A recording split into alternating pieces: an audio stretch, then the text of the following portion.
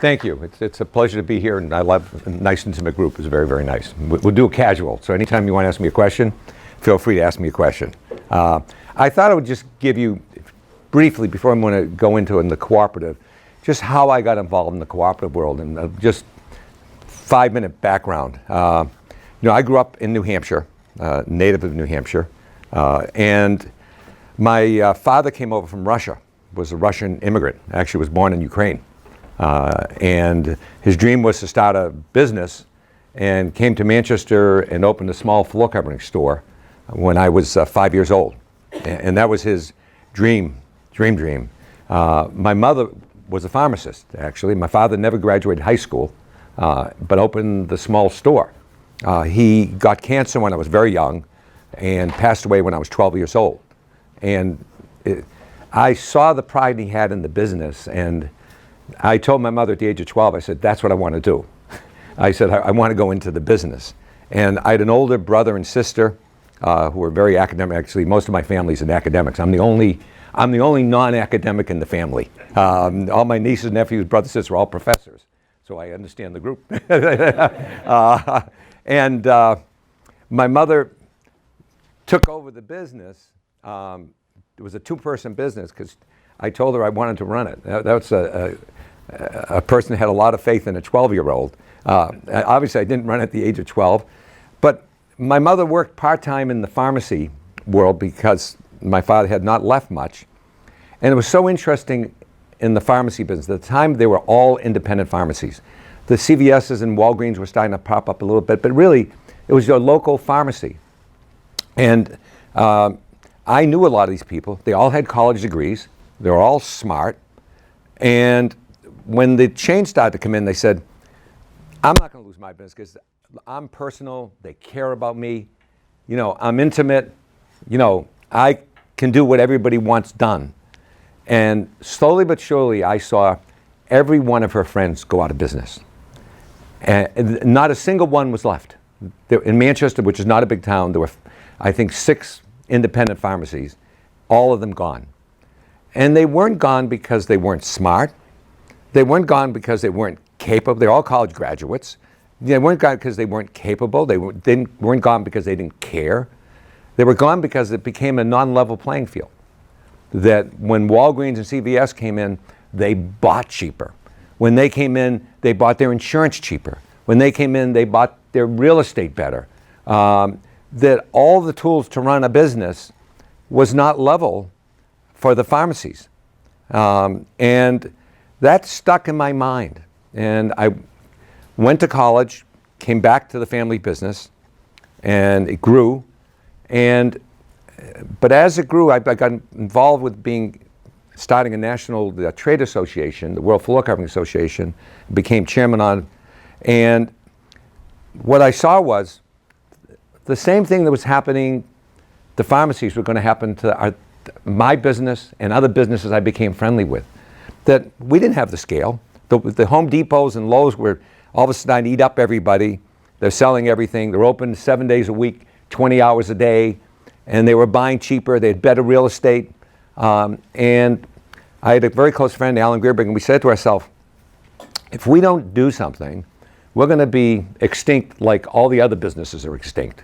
There won't be a local floor covering store. And so back 31 years ago, we looked to what structure would that be, and we were very fortunate. I had a friend who knew at the time, the CEO of not Ace Hardware, was True Serve Hardware in Butler, Pennsylvania. And we went to spend a day with him. He was a very nice man, Larry Zeffis. He was the CEO. And it was a cooperative. I never understood what a cooperative was. Before that meeting, actually, I had, like a lot of people in this room probably, I had zero idea what a cooperative was. And we walked out of that meeting, and Alan and I said, we're starting a cooperative. Because everybody's in it equally.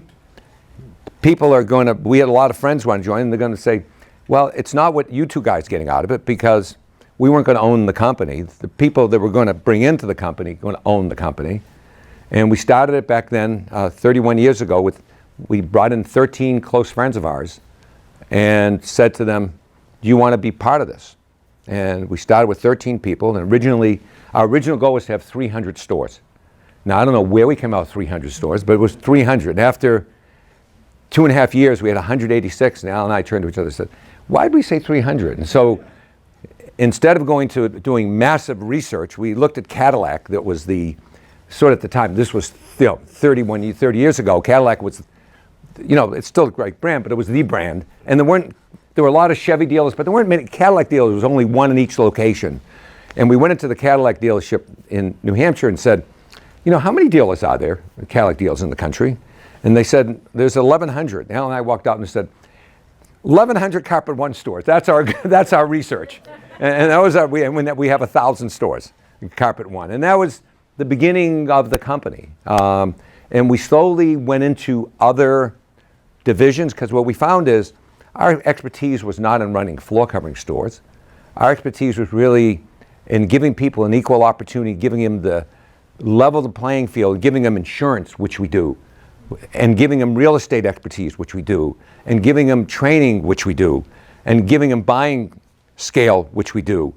And so we went into lighting stores, we went into sports stores and bike stores and ski stores and fitness stores. And then we went into, actually, the Aspen Institute came to us many years ago, and Kirsten Moy, who was running the scale for nonprofits in Aspen Institute, said, I think your model would work in nonprofits. And brought, I think, every nonprofit in the world to us over a period of about 6 months. Community health centers, arts organizations, child care centers. And after 6 months, she came and she said, every one of them is dying to use your model in the nonprofit sector. And so we went into the child care sector first, and we opened up early childhood education, a online platform that gives them human resources, marketing templates, marketing skills, buying things, for everything from chairs to insurance to food. And today we have 7,000 child care centers in the United States as part of our group. And so the co-op model works. So just interesting, during the recession, in our industries, and most we have a lot in the home industry. In the home industry, almost 25% of independent stores went out of business during the recession. So in the floor covering industry, there were 16,000 stores that went down to 12,000. They lost 4,000 stores in a 5-year period. In our group, we lost 1%. So being part of a cooperative and level the playing field and have somebody in back of you makes a huge difference than if you're sitting out there by yourself. And so the model is an amazing model that works. And I'm going to take you through today of building a better world. And building a better world was really started by the United Nations in 2012. In 2012, how are you, Jack?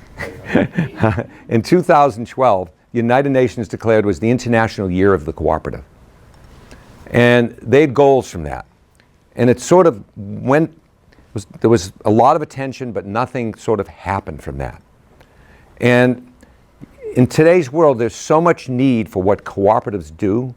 And I'm going to take you through, I'm going to move over here a little bit so I can get my little slide thing. And so it's building a better world now. So this isn't 5 years from now. It's not 10 years from now. And all we have to do is look at politicians today and everything, and not just politicians, every day in the paper. The inequality today is just getting worse, and the attention to it is being magnified. So the inequality was never great, but now during the recession, actually, it has gotten much worse, and it's continuing to get worse. So 85 people in the world holding the same type of wealth as 3.6 billion people. That's amazing. Matter of fact, they just came out with a new statistic that it's now down to 64 people. So you could put in one bus the same amount of people that have half the wealth, that half the population in the world. That is not a healthy thing. And there will be rebellion with it. In 2 years, the 14 richest people in the United States actually saw their wealth increase by $157 billion. And what's interesting is millennials It is their biggest issue is social and economic inequality. It is the single biggest issue that they say that they want to cure. They're not going to be satisfied the way things are. And if you look at Bernie Sanders and Donald Trump on one hand, but I think Donald Trump, they don't know what he's going to do, but they know he's going to do something. And Bernie Sanders that wants to solve the problems. But why is there so much attention to him? Because millennials, the young people, are unsatisfied where things are. And in so many ways, cooperatives solve the social and economic inequality. And just to give you an example, to say, well, how do they solve that? Well, it gives everybody an opportunity. Everybody owns it. So our company that's $10 billion, I don't own a single share. And it's the way it should be. That Prospera, a cooperative in California, was made up of immigrant workers that came over, a lot of them from Central America, some from Mexico, and they weren't trained. They became home aid workers, home help workers for elderly, for the sick. They were making $18,000, $19,000 a year. They formed a cooperative. In 1 year, they went from making $18,000 to $40,000. So you say, how does it work? When you can take somebody from poverty, from subsistence, to making a living wage and sending the kids to college, that's changing the equality model. And what is our vision? How do we allow this disparity to grow? And where are we right now? Well, the world is dominated by the conventional corporation. And it's not that they're bad. You know, I don't want to, companies, the conventional corporation is not bad. It's just there's so much money going to the top and so little going to not just the bottom, but the middle. And the co-op business model is a better business model. It's an organizational structure to counteract the economic imbalance through ownership and empowerment. And empowerment is just as critical as ownership. Because, when people are given food stamps, they don't feel good about it. We think people don't want to live on subsistence. People want to have opportunity. Cooperatives are better at creating and sustaining jobs, strengthening local community because they're local, and empowering people. And I thought I did this chart to show what the difference was. So what drives corporations? Quarterly returns. All you have to do is any public company, the analysts are coming out with the returns, everybody's panicking, what is the return going to be because it affects our stock price. When cooperatives, it's the long-term results. In corporations, it's profit to shareholders. But in cooperatives, it's distributed profit among the members. There are no outside shareholders in cooperatives. And the owners, the CEOs don't own the company. In corporations, return on investment, but in cooperatives, it's employee and membership culture. In corporations, it's asset turnover, but in cooperatives, it's community development. In corporations, it's future profit, but in cooperatives, it's shared equitable growth. So it's what's good for everyone. In cooperatives, it's investor relations, and for cooperatives, it's democratic control. And what drives corporations? Stock value. All you hear is the stock value. CEOs get fired when their stock value goes down. But in cooperatives, it's collective social good. So just interesting statistic. If Apple was a worker cooperative, every one of their 97,000 employees would have received a check of $407,000. I don't know if Steve Jobs would like that, but I think the 97,000 people would. And if Walmart was a purchasing cooperative, 11,000 individual Walmart locations would have received a dividend check of $1.4 million. We conducted a survey to gauge people's awareness of cooperatives. And what's interesting is we did it across all segments: government, healthcare, educators, retired, student makers, homemakers, everything. And across all income levels. So it was from less than $25,000 to making over $125,000. And our survey showed identical results. Cooperative awareness is incredibly low. It doesn't matter whether you're educated or not educated, whether you're wealthy or not wealthy, it makes no difference. We even asked people on the street what they thought. And I'm going to show a little video, get some of the capture.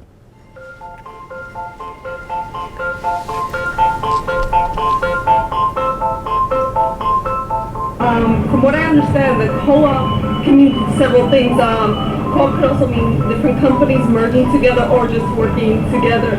So my brother did one for IBM when he was in school. So it's like an internship, I guess, but for a longer period of time, maybe like a semester. I have no idea what co-op is. Well, our co-ops, I think it's a cooperative, a corporation. I don't know. I think it's probably like the only thing I really know around it. I have a friend that goes to Drexel, and he is in a program where they go to school for 2 semesters, and then their third spring semester, like the trimester, I guess, they go and find an internship somewhere, and they spend the whole semester, I guess, working, and they call that the co-op program. I have no idea what a co-op is.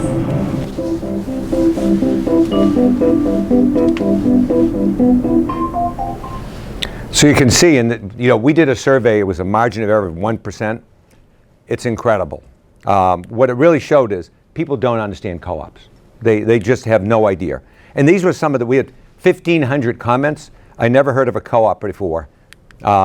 It was interesting. A professional said it's a secret. So obviously we're in some special secret society, which might be good. And this was good from a business professional. I should know because I got my degree in business management. I had to memorize these terms with every upcoming test, but I honestly exactly forgot what it was. So he was good at memorizing, but wasn't good at understanding. It means that you earn points or miles for shopping at certain stores. So, and there were 1,500. You could capture each one of them. They were fascinating. A few people did understand, but they still didn't get it right. So interesting, 74% had no idea. 14% had a little fringe of, maybe they were involved in the food co-op or this or that. And 11% had accuracy, but it was accuracy within a sector of co-ops because there are many type of co-ops. So it wasn't understanding of a whole co-op world, just a sector. But awareness makes a difference. So here was the amazing thing.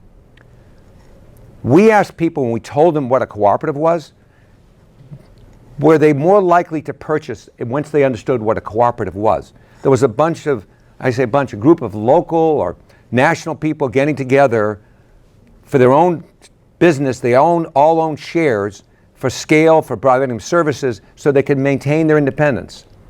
Well, 78% said they're more likely to do business with a cooperative than not.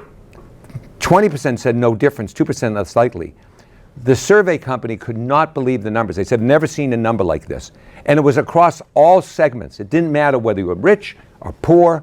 And what it shows is that there's an enormous opportunity for co-ops to expand, grow, and be really a better business model.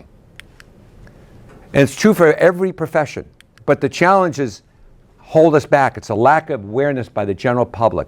I mean, a co-op means, I always say, if you've seen one co-op, you've seen one co-op. And different people, because of the lack of awareness, have no idea what it is. And there's a lack of political recognition. And, that hurts because very little funding goes into forming new cooperatives, and very little funding goes into educating people on cooperatives. And there's such an opportunity. And the diversity of cooperatives is both a strength and a challenge. So there's cooperatives in purchasing cooperatives, which our company does. And then there's social cooperatives. There's healthcare centers. There's hospitals that are cooperatives. Then there's electric cooperatives, electric utility cooperatives were done for the good of people that the public companies wouldn't go put, utilities where it didn't make economic sense. And then there's credit unions that are cooperatives. So the diversity is both fascinating and it's also a struggle to have a common goal. And the conversation is dominated by what cooperatives do instead of why. There's a tremendous TED Talk by Simon Sinek. And he talks about that the great companies of the world tell not about what they do and not about how they do it. They talk about why they do it. And when you think about it, everybody can sell food. Everybody could, offer bike stores, have sales of goods. And it's not what we do as a cooperative that counts. And it's, to some degree, not even how we do it. But it's why we do it. So we do it because we do provide equality. We do provide a level playing field for family businesses that have an opportunity. We do provide a level playing field for worker cooperatives that have an opportunity from going to making $18,000 to $40,000. That's why we do it. What we do is a result of it.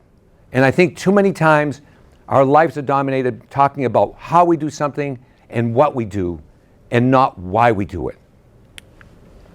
But what if we changed our perspective?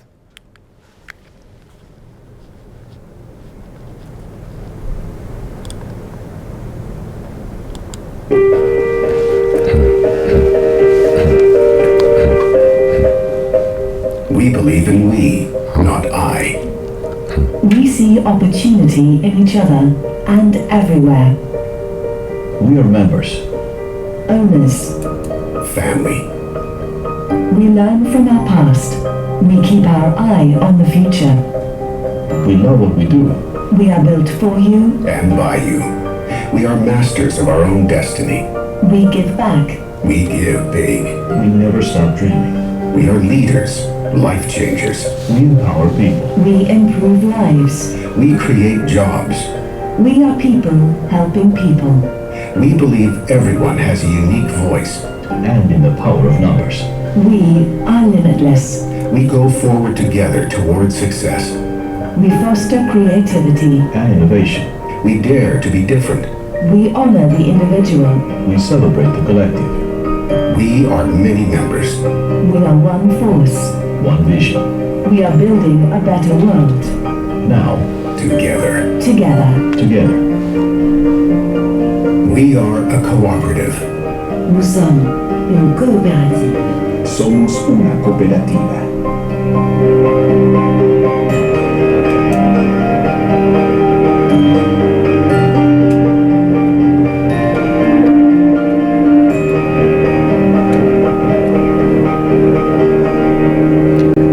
There's so much good that cooperatives do, but that story is not being communicated to people around the world.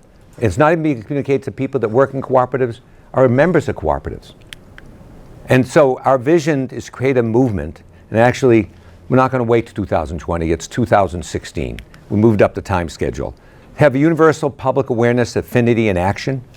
One of the things we're doing is we're going to build a co-op exchange. So it's an Amazon marketplace that only co-ops can be on from everything that you could imagine. So whether it be going where you're going to find a child care center to buying online a plumbing thing or buying a bike or purchasing anything, it'll be a marketplace that only co-ops can sell on and people that are dedicated to making social change can go on. We have a significant rapid growth increase within existing cooperatives because cooperatives want to do more business. One of the principal cooperatives is to do business with other cooperatives. But it has not happened yet. We want to accelerate the formation of new cooperatives. There's so many opportunities to have worker cooperatives, to have purchasing cooperatives. You know, instead of having all these businesses go out of business and having inequality that exists in America and around the world, cooperatives are an answer to this inequality. And it's an opportunity for people to empower them and to raise their standard of living, unlike any other model that exists. And there are so many opportunities and stories for that happening. Everybody wins. We're going to have increased exposure and growth that benefits all the cooperatives. And just all the different types of cooperatives. There's utility cooperatives. There's food cooperatives. There's retail cooperatives. There's housing cooperatives. There's healthcare cooperatives. There's banking cooperatives. And worker cooperatives. And farmer cooperatives. And there's credit unions, educational cooperatives, and social cooperatives. People do not realize just how big. In the United States alone, there are 30,000 cooperatives, 120 million members, and 2.1 million employees. That's a lot.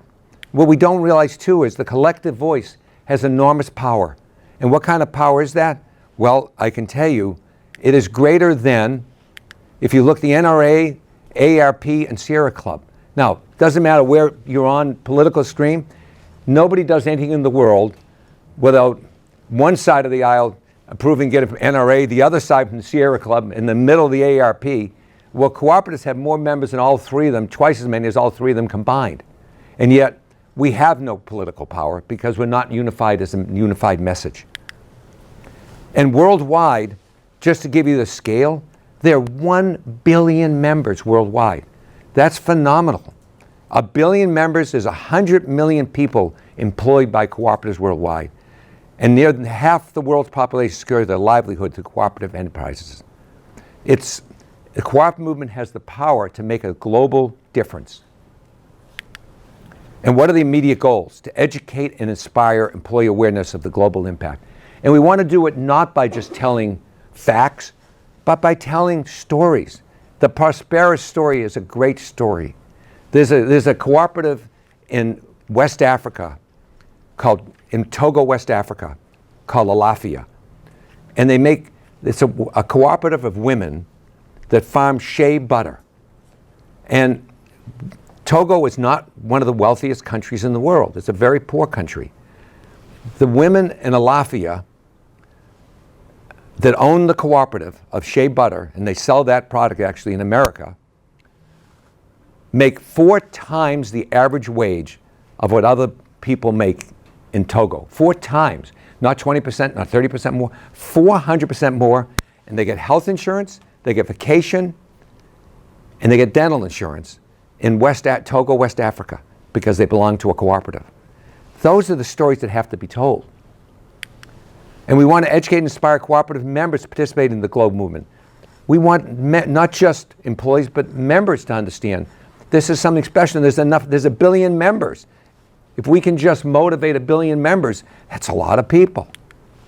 And we want to develop a consumer target awareness website where consumers can go and understand how to participate in helping cooperatives and have a plan and steps to implement it. And so phase 1 is really, in the United States, is engaging employees, the 2.1. It's empowering the members, that's phase 2, and then getting the other public. And just, so how fast is this going? In a matter of the last 6 months, this whole plan started 14 months ago. We now have the adoption of the National Co-op Business Association and their blessing, and Organic Valley nationally is doing it. Ace Hardware is in back of this. The credit unions are in back of it. Cabot Cheese is in back of it. The Rural Electric is in back of it. And worldwide, Argentina has come on, Japan has come on, China has come on, India has come on, UK has come on, and Canada has come on. We have 14 countries in the last 4 months that are going to be part of this movement. So it is happening, and happening quick, because 3 things are probably driving it. One is the inequality, that everybody's saying this can't continue. 2 is millennials, because millennials say, I don't like the way the world is right now. And 3 is that social media has the ability to make a movement happen without spending billions of dollars, by caring and having a story. You know, great stories can share in 3 seconds with social media, as we all know, around the world. And here's what we want to do, and it's tough to see the map, but it really is going from how do you have institutionalized behavior. You go from unawareness to contact, to inspiration and stories, to education, to engaging, to externalizing, internalizing the meeting. And what this means is, for employees, it becomes a lifestyle. It leads to careers. It leads to multi-cooperative membership. They recruit their families and friends and political advocates for cooperatives. It means that people really have a stake in it. They're not just part of something. And we're building this website now. It's not the way it's going to actually look. The website's being built and it'll be finished by August. And it's going to house all the training material. So we're going to have training materials for all cooperatives to train their employees and members with all the great videos and all the great stories and all the great things being done. We're going to have all blogs and stories and emails and all the marketing materials. We're going to have Co-op Relief. Co-op Relief is going to tell all the great stories. Co-ops do great things. When Hurricane Sandy happened, all types of co-ops, the electric utilities went in there and did amazing things. The food co-ops did amazing things. All the different parts did amazing. Credit unions made loans banks would have never made. But the co-ops didn't get any credit for it. because they're all working separately. So under cooperative, we're going to tell the great stories that are being done. And then there's going to be the marketplace, the Amazon marketplace on there that you can buy goods for, you can buy gifts for. And the Co-op Exchange is both going to be a marketplace, there'll also be an affinity marketing. So if you buy online or buy in person, you can get rewards and you can go shop at one co-op with reward points to another co-op. So there's a reason to have loyalty and obviously a located understanding all of it. And this was a quote, and I think it's what we've been saying, millennials are more likely than their baby-boom parents to make an effort to buy from companies that either support issues they believe in, take an active role in their community, or donate to charities and nonprofit organizations. Millennials that now make up 1/3 of the world's population care about what's happening. We're also going to build an international intern exchange program. So if somebody from here wants to work in a co-op in India, they should be able to do that without a lot of effort. And if somebody in India wants to come and work in America in a co-op, that shouldn't be a hard thing to do. The potential for impact investing growing in all cooperative sectors is enormous. Because the one thing in co-ops is, $1 in a co-op is worth $500 in another enterprise because it's leveraged. I was saying earlier at lunch with Amir that when we built the childcare sector out, so we probably invested $1.5 million corporately to build the childcare sector out. But we built out 7,000 childcare centers. There are organizations spending $1.5 million in a local community trying to figure out the childcare, what's happening with it. And we have made an enormous impact. I can tell you that individual childcare centers that I have talked with have saved $50,000 a year by being part of our program. Well, you know what that is? That's 2 teachers. That's changing the little kids' lives. So the impact of investing in a cooperative is so much greater than the impact investing in other enterprises. And we can create and sustain quality employment opportunities. Co-ops don't move out. There's a big cooperative in Spain called Mondragon, huge. I think they have 100, they're a worker-owned cooperative. They own about 120 companies, manufacturing companies. They have like 130,000 employees. The unemployment in Spain was up to 26%. I just saw an article recently, it's down to 21%. But in the Mondragon region, where they operate, it's 5%. They don't have much unemployment because the cooperatives don't go in and out because the bottom line. They go in, they are dedicated to what they do and the product they do, but also people's lives. So things are possible.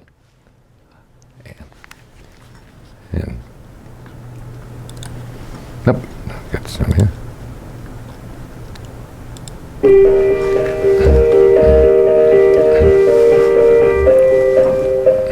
We believe in we. No, I'm sorry, they got one of the same thing. We have there was another video that wasn't loaded. So I'll show that to you later. I was wondering where the other one was.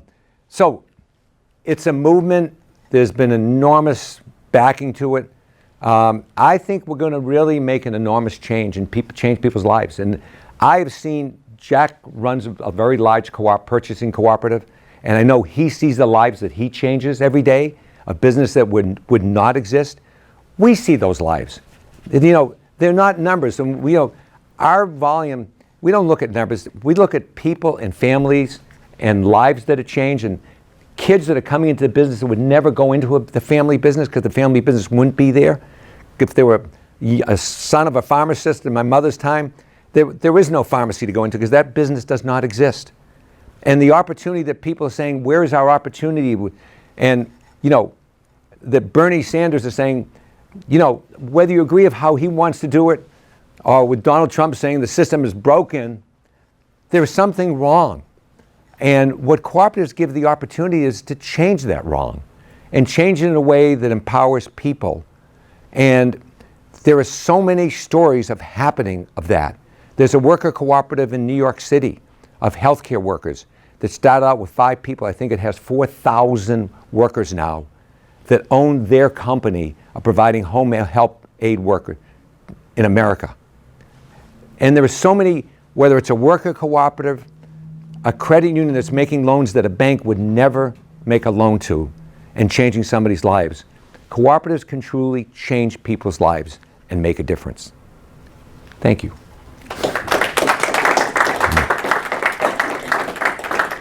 Yes.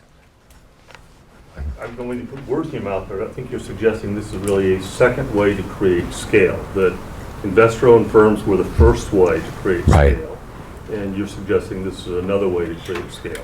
Absolutely. It's scale with equality. Right. Yes, exactly. You know what, I always say, you know what a lot of people need is, they need the back room and they need scale to have opportunity. Right. That's exactly. Right. That's why all the small businesses went out of business. That's why they went out, or that's why people are selling out, because they say, I can't do it, I can't stand it, I can't be by myself. And what cooperatives do is, it gives you the tools to compete, and you own the company. So there's not somebody at the top that's making a decision that's saying, you know something, my benefit is if I sell out now, you know, I got a clause in my contract that says if I sell out, I walk away with a golden parachute of $20 million, which is what, and the consolidation and jobs lost, and you know, that does not happen with cooperatives. So it does, it's a new opportunity to provide scale. Yes? It's interesting, from what I've seen, Latin Americans are particularly adept in some ways at forming cooperatives because of similar cultural parallels, the loan systems that existed there and everything. Right. Are you going to create these same resources in multiple languages? Because that's something that I see as being very important. So we are. So we have actually, we're building all the tools in Spanish and in French. And then some of the countries, so India and Japan are part of the national endeavor right now. And they actually, if I pulled up, it's actually quite, if I went on YouTube, so we have a site, Cooperatives for a Better World Now. If you go on there, you'll see a lot of the material. So India did an amazing, the video was supposed to come up, but it didn't. India did an amazing, we call it the What If video. And they created their version in Indian that's absolutely magnificent. But more than that, they created a video of them making the video. So the video is all about the principles of cooperatives and what it stands for and the meaning. And so they brought the leaders in from all the Indian cooperative sectors in for 8 days to talk about what do we really stand for? What do we believe in? What are our values? And they made a video of them talking about philosophically what their value was of making the video. And that's available also. It's quite interesting. But yeah, so all the material is going to be multi-language. Yes, Keith. You know, with regard to the resilience that CCA builds into, like purchasing co-ops in general, Right. CCA in particular, we talked before about the die-off in flooring, Right. one of the industries you guys are in, and how significant it was with the independents that weren't affiliated. Could you talk about the difference with being affiliated with CCA Global and what you guys did to stem the bleeding during the recession? Sure. So, you know, I don't know if I just mentioned during this or not, but during the recession, I think I did. You know, the industry lost 25% of its members. We lost 1%. And so and what we did is, first of all, we gave loans. We trusted people. They didn't have to come begging, and you know, we didn't have to take their house. We knew people. These were members for years and years. These were friends. We gave a lot of loans to people. We have a real estate division in Atlanta. It does nothing but negotiate leases and buy property for our members, because they're not experts in that. So we have a group of people that are really experts in it. I mean, they really know what they're doing. Big companies during the recession got negotiations to lower their rent payments. Our department, our group, a real estate group, went on behalf of our members and negotiated and saved them $20 million a year in lease negotiation. They lowered their lease rates $20 million a year. Now, that wasn't just for 1 year. So when they lowered it $20 million this year, it was $20 million next year, $20 million that year. So we also had a team of consultants go in to help people that were in crisis, because a lot of people, they weren't used to when business all of a sudden dropped 30%. And we have a training group. So we have an internal training department. We trained last year, we had 300,000 courses taken online, corporately. So we have a very intensive training. We did a lot of webinars about what to do, how to react, how to take care of your employees. So we went to our suppliers, said, we need these things to compete in this environment where everybody's in a different environment than whenever you've been in. And a lot of our members had never experienced that kind of drop in business. But we were there with them side by side to make sure that they would stay in business. And they did. I mean, a lot of the banks, we had a dealer in Maryland, a great member, been with us for a long time, was with his bank for 30 years. The bank said, we don't want to be in any, the construction business is a lousy business. You're in the, you relate to the construction, but we're calling you a loan. He was current on the loan. They were calling his loan. They had lent him $400,000. And one day they just said, you got to pay it back. Well, business was lousy. It was the worst time to pay it back. They had him signed with everything, his house, everything else. We stepped in and lent him the $400,000, and he paid us back. And so we were there because our members own the company. Our success is built on their success.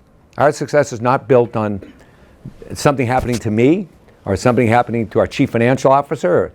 Our success totally is based on the members' success. Yes, Amir. Two questions. One goes back to the scale issue. One of the frustrations people have with nonprofit organizations is that they can't scale. That's why they like the for-profits. Right. You have access to capital markets. But with cooperatives, when you have thousands of members, do you still reach a coordination limit in terms of how you can coordinate all these people as opposed to a market that is theoretically much more efficient at coordinating large numbers? That's a great question. So it's one of the challenges. I was at Ace Hardware yesterday with the CEO of Ace Hardware, and we were talking about that issue actually. So it's a very, very good. If you look and say, you look in the totem pole and say, over here's a corporately run enterprise, and there are no options of how you run it, basically. I mean, if it's the Walgreens store, the Walgreens manager has he is told, this is how you open the door, this is how you close the door, this is what you do, this is how the shelf, in shelf number 22, this goes in it, shelf number 33, this goes in it, here's your ad for the week. It is, you follow the rules, they're going to have smart people follow the rules, but you follow the rules. If you don't follow the rules, you're not going to be there. Now, the independent business that's not part of anything is over here. He walks in the morning and goes, I'm not sure what I'm doing. I'm not sure I'm closing. There are no rules, okay? And we say, in the ideal corporate world, you're over here a little bit. So we tell people best practices. We give them guidelines for the marketing and digital resource, and we give a package. And we have a group of dealers, we call it, the platinum deal is something that, here, if you want to follow what we say is the gold package, you can come here. But everybody else even, we want them to be, if you're just over here, you're going to be by yourself. There's no reason being part of the group.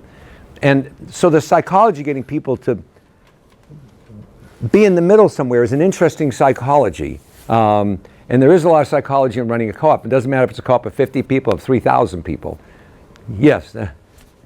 Following up on that Walgreens example, one of the competitive advantages to a company like Walmart is they actually customize every store. Yes. Every store is different. Right. And they have all this market intelligence. And it seems to me that it's really the same thing you're talking about. If Walgreens has every store being identical, there's going to be all sorts of inefficiencies because one neighborhood isn't like the other neighborhood.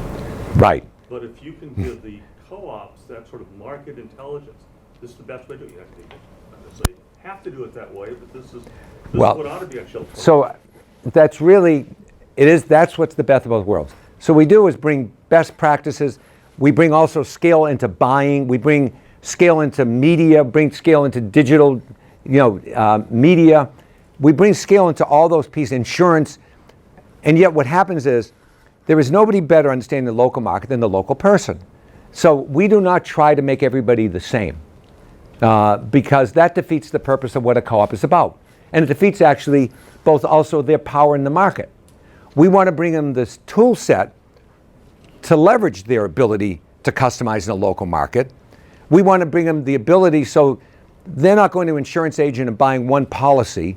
So we might be buying 5,000 policies.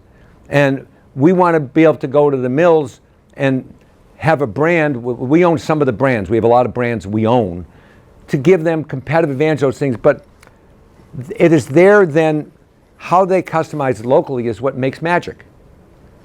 That their feet on the ground and their motivation as an independent owner is much more motivation than a manager. One question, you were Yeah. talking about the co-op's ability to scale and be really effective at that. How do you maintain the accountability as you scale? Well, so co-ops are still owned by the members. Now, it's not, it's not just kumbaya because with the, you maybe could do that with a 3-person co-op or something, but when you get large, we have a board of directors. The board is mostly made up of co-op members. We have 2 outside members in our board. Then we have advisory councils. So we have 15 cooperatives. Okay, in each cooperative, there's a board. We have a parent board up here for CCA, and then we have 15 different cooperatives. But we have advisory councils too. And we have advisory councils, and we are, if we're not doing things that make sense. Now, there's that fine line between doing something that we think is work, and and a member might say, you're not in touch. But we have councils. So we have a product council, we have a marketing council, we have a training council. So, we would not, if we get a council, we think the smartest 12 people, and they tell us, what are you smoking? We might be smoking something. And the best ideas actually our best ideas come from our members. So we have some pretty smart members, and we have some pretty large members. We have members everything from $1 million bike store to $100 million. We have one operation that's $150 million. Large contract operation in flooring. So we have a wide range of members, and it's not that a lot of these people are very smart, but they don't have the ability to put all the tools together. They don't have time to have an insurance agency and have a real estate agency and have a training agency and have a marketing agency. So the business world today is very confusing. But if we don't listen to them, we're foolish. And just so at our annual meeting of shareholders, it is not held in a room somewhere, in a closed room. All our members there, we do it at our convention. So we have 2,000 people in the room. And we have an open Q&A period. Let me tell you, if we're not doing something, we're going to hear it. There's not a lot of secrets go on. Yes? I've been a card-carrying member of a cooperative over 50 years, REI. Oh, yes, And, yeah. I always Just been talked intrigued by the business model. Yeah. And it just strikes me, I don't have any basis for this, that when they started off in Seattle, they probably weren't dealing with other cooperatives. They were just buying from manufacturers. But Right. have they, or other cooperatives started, now that we're in the internet era, are firms like REI preferentially going out and looking for suppliers that are also cooperatives? Well, it's so interesting. So I would say REI just recently came out of the closet to be a cooperative. They were, and I just talked to. When I was a kid. Yeah, right. I just talked to actually the executive vice president and the CEO having a meeting with about this. Right. So they now want to be very much part. They have not up to this point.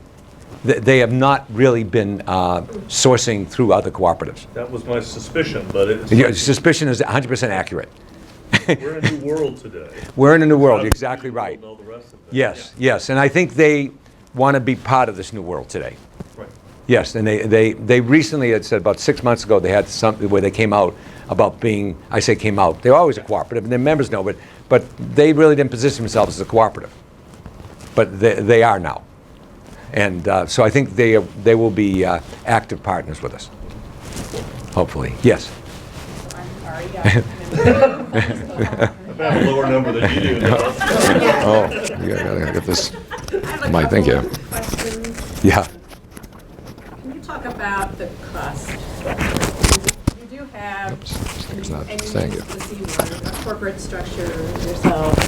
So it must cost members something to belong. Yeah. So they must each be doing a cost benefit analysis. Sure. Can you talk about that? And what else, if I wanted to, as a consumer, make sure that I patronize businesses that were part of cooperatives, how would I know? Well, so I'll take the last point first, and then I'll do it. So it's one of the issues today. So if you want to be socially conscious, like, where do you go? It's tough to find. No one would be, maybe the food co-op, but that's like this much of the co-op world. So one of the things we're building with the marketplace, and we're going to do two things. With the marketplace, you will know, just even if not to shop online, what businesses are part of cooperatives and what sectors. So in any sector you go in, there'll be a locator to tell you by either location or by sector or by product that you will know. We're going to make it very, very easy.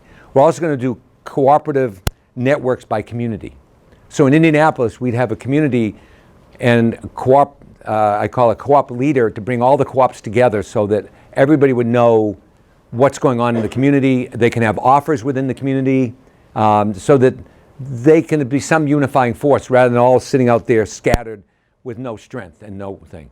As far as the economics, every co-op is different sort of because of what services you charge or what services you provide to what the cost is to join. And so even in our company, to join our biking cooperative, it's $1,000, pretty cheap. To join our floor covering one, now you get a lot of pieces for it. So there's a big display system, there's signage, there's a lot of pieces. It's $80,000. Okay, now we finance it. So what's the return on investment?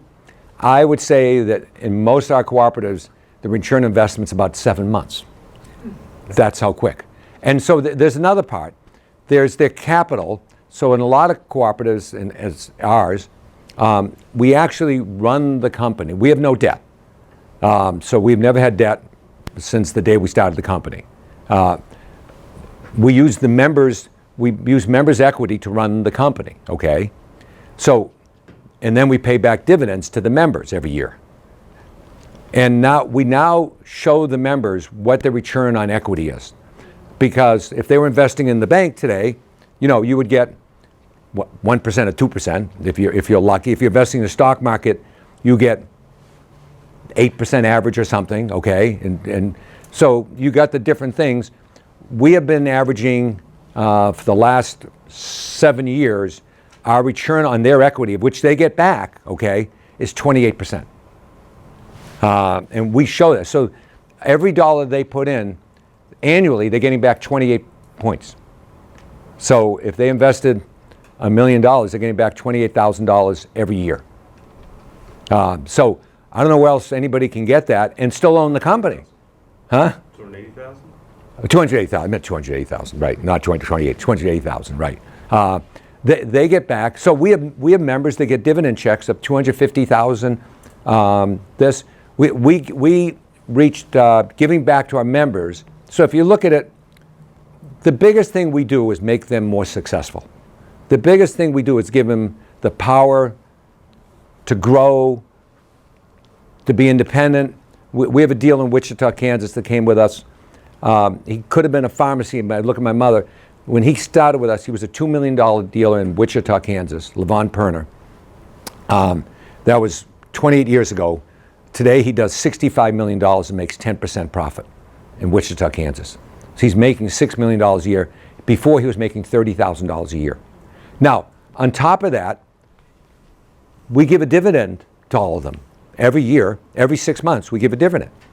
So we've surpassed, in dividends back to them, cash dividends back to them, we've surpassed $1.3 billion.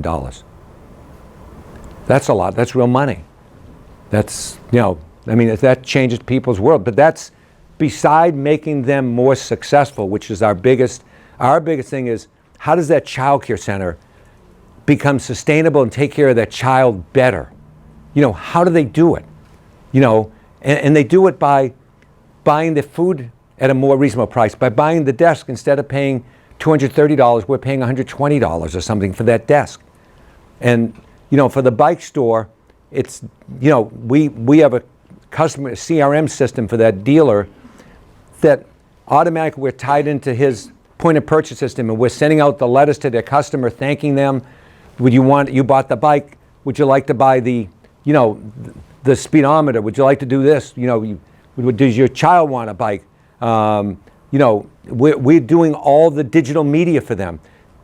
There's no way they understand the power. And just to give you an idea, we have a digital media platform that we buy, we remarket, we customize it, and we remarket from a company. So it's on social media, reviews, reputation. It's so big, reviews, reputation, and all the social media channels, and it's very sophisticated. Mazda has the exact same platform that they sell to the dealers. It's identical from the same vendor. Now, we have to customize it, so we customize it for our members. But Mazda is selling that platform for $799 a month. Okay? We're selling it to our members for $149 a month. It's the same platform. And if a member went separately to buy it, I don't know what they would pay. But it's the same platform. And I can tell you, it cost us $109, okay? And we're running the company on the 30. But the number one, the dealer doesn't have to go find it, doesn't have to pay 5 times the cost of it, and it's all done for him. It's all customized for his store, his industry, all the content, everything is done. Do members leave? And if So we have very few members leave. So I would say over the 31 years, and it depends what we count as members, because we have different groups. If you leave out the child care, that is like 7,000, so leave out them, say we have about 5,000 members, we probably have had voluntary leaving maybe 10 over that period. Now, there are some that we do have some people go out of business, not many, but we look at, there are some, I always say, we're not a savior. If somebody is a bad business person, we can make a good business person better. We can make a better person great. We cannot make a bad person good. They have to go to church. We're not saviors. So we do not try to get people out of the emergency room. We try to get people that want to lose the weight, want to get healthy, want to eat the right things. We don't take people out of the emergency room. Our desire, every once in a while we got one that we didn't realize. Yes. So I know about a couple of colleges in Missouri and Kentucky where the students work and they earn their college tuition. That's how they go to, there's designed for students who couldn't afford it otherwise. So do you know any models of higher education? I mean, could higher education work in a cooperative model so that more people could afford to go to higher education? There are some interesting things that are being discussed now about that. And it could work in education. It could. It could. Doesn't Mondragon have a university? Mondragon has one. Yeah, Mondragon has, the one in Spain, the big cooperative in Spain, it's very large. They own their own bank, and they do have a university. But run like a co-op? it's owned by the co-op. Yeah. Mondragon is, as I said, I think they have 125,000 employees or whatever. It's huge. It's quite fascinating. So the bank, the head of the bank actually visited us about 9 months ago, and it's interesting. So it's a worker-owned cooperative. So to be employed by the bank, you have to pay them $15,000, and then you get a return on that every year. But you actually you invest in it to be part of it. Now, if you can't, they'll loan you the money, but you actually have to invest in it to be an employee owner. Yes.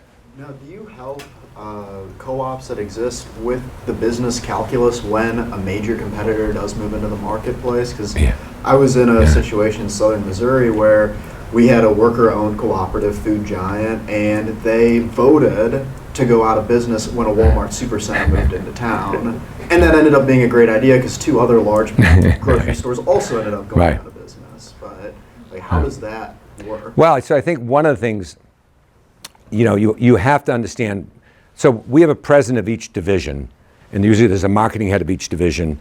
So cooperatives have to be very entrepreneurial. And it's like any business.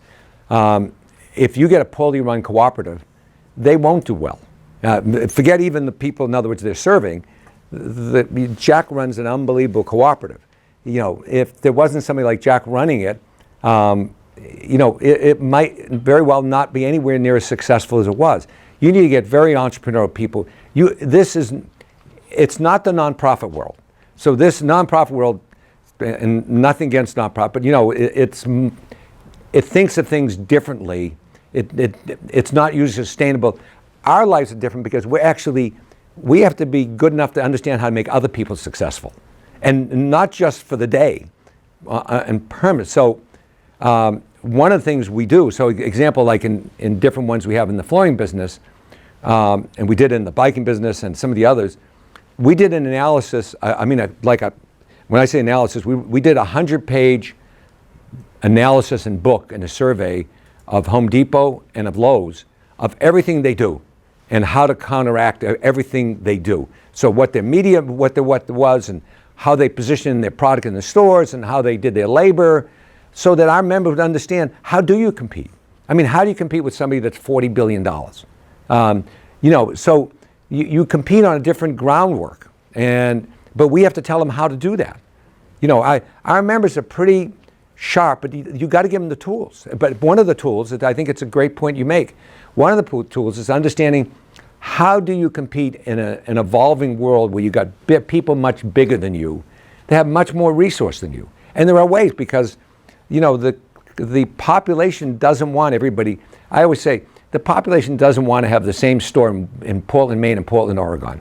If you're building $1 million home or even a smaller home, you don't necessarily want to go in and have somebody that doesn't understand what the product is selling it to you. That all of a sudden they call from some another department. No, I'll get somebody to help you. You got to understand where their strength is. Yes, Mia. You said 2.1 million members and 120 million employees, right? Nationally? 120 million members, right. Okay, right. But how many employees? About 2.1 million, yeah. Okay.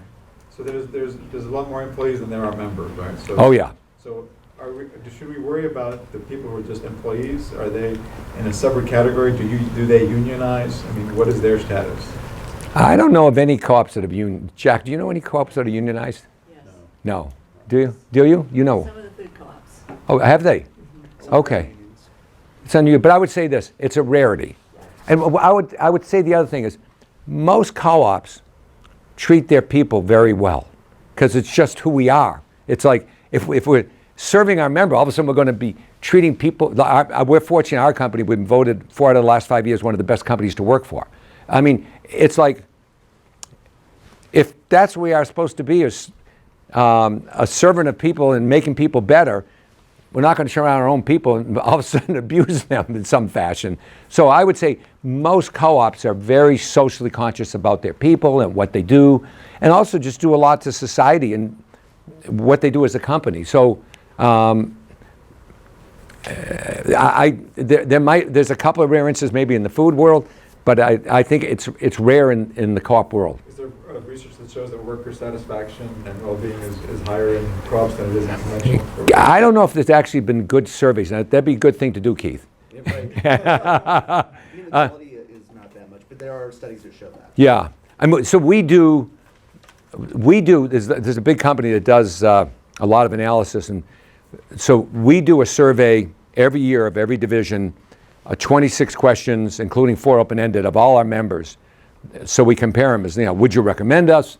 If you wanted to tell management one thing, what would it be? If you had our ear and you wanted to tell us one thing we should change, what would it be? What's the biggest thing we could do to, change your business? So, we want to hear from them.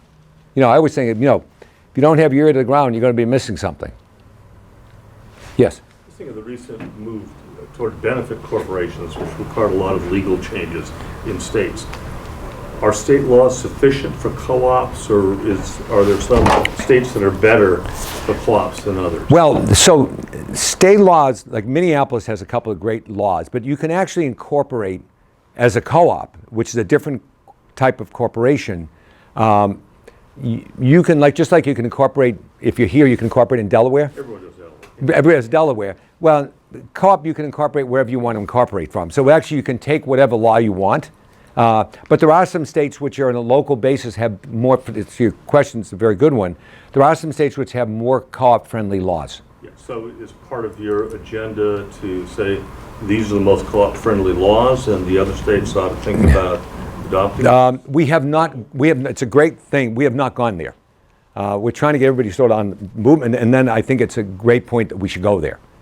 Yes? Howard, there Yeah. is NCBA, the National Co-op Business Association, has pulled together a group of professionals, the accountants and attorneys from across the country, to do exactly what you're talking about, which is to inventory state statutes, because they're different in every state. Right. Indiana's are the pits, okay? Not very good. Surprise. So there is an attempt the professionals themselves to inventory that and then to come up with one of these uniform statutes that states could adopt. But we're not there yet. Is there something special about Spain, for example? I'm not sure. Northern Italy may have a collection of... Yeah, so a lot of Europe actually has a lot of cooperatives. Spain, Mondragon is sort of its own entity that has been unbelievably successful. Started by a small group of people and has just grown. So they manufacture everything from air conditioners to bicycles to refrigerators. An incredibly successful organization, incredibly. But it might be interesting. I mean, I gave some talks in China last fall about, which included discussions about benefit corporations. Right. A lot of people ask me, well, are the laws in China? Well, I have no idea. Yeah. In the case of Italy and Spain, a lot of that's historic. Right. So what occurred there in Spain, it was you have Franco and you had communists and anarchists who were trying to survive. Right. Sort of like Yugoslavia or something. Right. Well, and so they created this whole co-op system, and it was working with the Catholic Church on top of that. And so you had all these institutional actors that come together. Right. And fast forward today, you have Mondragon. Right. Northern Italy, what's interesting there is it's a semi-autonomous zone, so they were kind of free of a lot of the mafia influence, that sort of stuff. But it was one of the hardest hit areas after World War II, Right. so they had to do a lot of self-help development. Right. They created their own system. Today it's one of the wealthiest parts of Italy. And anytime they want to have kind of the Italian government subsidizing anything, the rich. It's a sore point for them that they're actually very entrepreneurial. Right. Yeah. So, Howard, I had a Yeah. question. Sure. Empowerment's a big issue with cooperatives, and a lot of that's, the membership owns it, but they also have concurrent governance rights. Right. With such a big firm like CCA Global and so many members, how do you make sure you get qualified people to run for the board? Oh, so that's not, I mean, we have a governance committee, and they bring up a selection of names, and then we actually will meet those people over a year period, and actually, if they reach the next step, we'll maybe have them attend a board meeting or a segment of a board meeting. And then we have two outside members on our board actually we brought in Jay Lorsch from Harvard Business School. So actually we had hired Jay to come look at our governance. Yeah, so he actually came to us and had made some recommendations in our governance. This is back about 7-8 years ago. And we changed some of the governance issues based on Jay's recommendation. And he's one of the, you know him, so he's one of the key people in governance in America. Is your board and then the board of the other 15, are these remunerative boards? Is there compensation for those on them? So the parent board, which is a cooperative, they do get remunerated. Now, nowhere near like a public company. I mean, it's one of the issues we're talking about right now is our outside directors. We have two outside directors, and should they get paid more because to attract outside directors. And, after a long discussion, we really said, if somebody is going to come want to be a board member, they want to become because it's mission-based and not, and we do pay. We don't, as I said, it's not like a public company by any means. You're not going to retire in what we pay. But it's very important to have a quality, it's important to have a quality board and have, we have a 12-person board, which is about as big as we'd want to be. That's including myself and we have one other person from management on the board. So we have 2 management, 2 outside, and 8 members on the board. And Industries that are particularly vulnerable to consolidation that you think are prime candidates? so I'll give you an example of one. I mean, if you want to say where the ultimate future is in co-ops, it's the sharing economy. There is no reason Uber should be a co-op. There is no reason why there should be 30 people that are worth $52 billion when everybody doing the work, the driver, and I always talk to them. Remember where I go, I always ask people, I go in the car, I say, how you doing with Uber? They said, well, it's good in the beginning, but now it stinks actually, because there's so many people on the road. And really, the driver should own, it's an app. And today, you could build that app pretty inexpensive. I mean, location-based apps are not very complicated. It was an idea in an app. The reality is, their drivers are tremendously dissatisfied. I mean, enormous dissatisfied. They're not making good money at all. Uber takes 30% off the top. They don't own the company. So it's not very satisfying. There's so many things in the sharing economy that really should be cooperative. So there's a case where, how does outside money and philanthropy tie in? It wouldn't take a lot of money, actually, to build Uber co-op. I mean, when you look at it, for probably $2 million, $3 million, you could build a co-op and make thousands, hundreds of thousands of people more successful in living. I mean, I talked to all these people. They're not doing this because for joy. They're doing it because they're regular full-time job officers and they got cut in hours or they got cut in wages and they're trying to make ends meet. And so, again, the people least able in our society are being abused most. And, if there was more money going into building, I'll give you another example. Worker co-op. How many times do you go in outside a Whole Foods or a convention center and there's a guard there? God knows they don't carry guns. You wouldn't want those people to carry guns. I don't know what they would do with a gun, but there's a guard there outside of even the Wild Bank. Usually they don't have a gun, but there's hundreds of thousands of security guards. We have our convention. We hire somebody to make sure that you have a badge when you come in. We don't want people not part of the convention. We pay $32 an hour. The guy gets 10. The only thing the company does is say, go here. There is nothing else, but there's not a lot of training. I mean, I'm not sure what training. These people just stand, I'm not belittling them, but they're making, where you're paying $35 an hour and they're getting paid 10. If they had a cooperative, so just tell me, if you had a veterans cooperative that only veterans, you'd hire veterans to be the guards, tell me the companies wouldn't hire veterans and you pay them $30 an hour instead of 10 and veterans could have a life. I mean, there's so much, and what would that cost? You could probably build a company for $1 million, $2 million and change 20,000 people's lives. How can you leverage that? The court decision was 2 days ago on Uber could kill the company. Yes. Yeah, but they negotiated around it. Yeah, they're just two states though. Yeah, I know. But look at they're on the fringe there. But there are so many opportunities for making people own the company. I'll give it just an interesting one because it's an interesting, funny one. So I get a lot of calls sometimes from people that want to start co-ops, and I got one from a gentleman in Detroit, a lovely gentleman. He wrote me this. Actually, it was a letter. Actually, he wrote me this 4-page, very well done letter. And what he does is, I am not a golfer. I don't know how many people here are golfers. Some, not many. Good. I don't know. But I'm not a golfer. No, it doesn't matter. But so he had a company in Detroit. He retrieves the golf balls that people lose. So it's like me. You play once a year.